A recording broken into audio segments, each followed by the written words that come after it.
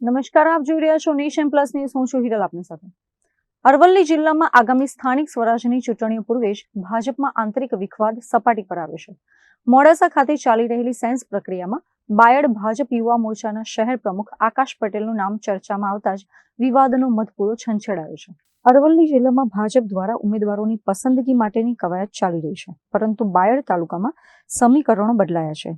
બાયડ યુવા ભાજપના પ્રમુખ આકાશ પટેલનું નામ સેન્સ પ્રક્રિયામાં આગળ આવતા જ પક્ષના જ કેટલાક જૂથોમાં ગણગણાટ શરૂ થયો છે. ઉલ્લેખનીય છે કે વર્ષ 2023માં જ્યારે ગુજરાતમાં જુનિયર ક્લાર્કનું પેપર લીક થયું હતું, ત્યારે એટીએસે જે 25થી વધુ આરોપીઓની ધરપકડ કરી હતી, તેમાં આકાશ પટેલનું નામ મુખ્ય હતું.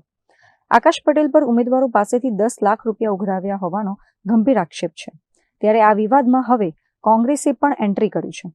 અરવલ્લી જિલ્લા કોંગ્રેસ પ્રમુખ અરુણ પટેલે આક્ષેપ કર્યો છે કે ભાજપ હંમેશા ભ્રષ્ટાચારીઓ અને પેપર લીક કરનારાઓને જ પ્રોત્સાહન આપે છે. ગુજરાત સરકાર દ્વારા વર્ષ 2023માં જે જુનિયર ક્લાર્કની પરીક્ષા લેવામાં આવેલી, જેની અંદર પેપર લીક થયેલા અને લાખો યુવાનોને પરીક્ષાની અંદર ખૂબ મોટું નુકસાન થયેલું, જેની અંદર આરોપી તરીકે જેઓનું નામ છે તેઓ આકાશ પટેલ, જેઓને બાયડ તાલુકાના ભાજપના યુવા મોરચાના પ્રમુખ તરીકે નિમણૂક કરવામાં આવે છે.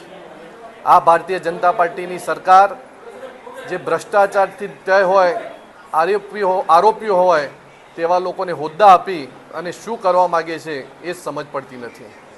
જેના કારણે અરવલ્લી જિલ્લા સહિત કેટલાય લોકોમાં ખૂબ મોટો આક્રોશ છે.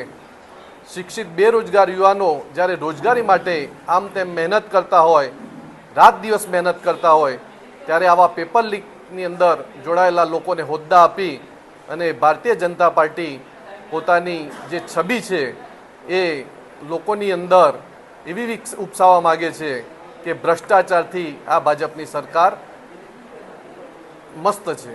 અત્રે ઉલ્લેખનીય છે કે સેન્સ પ્રક્રિયામાં આકાશ પટેલના નામને લઈને ચર્ચાઓ ચાલી રહી છે.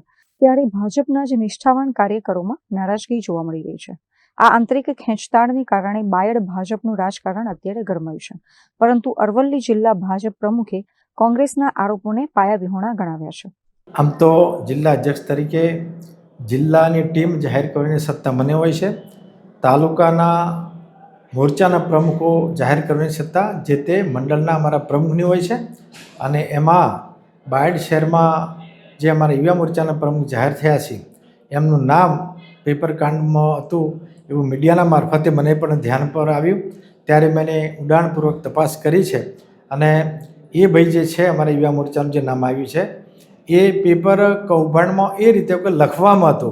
એ પોતે કોઈ બારોટે વખતે જે તે વખતે 2023ની અંદર કાંડ બન્યો હતો, એને આખું પેપર ફોડ્યું હતું અને 27 લોકો જે લખવામાં હતા એ પૈકીમાં છોકરો તો એવું મારી ધ્યાન પર આવ્યું છે.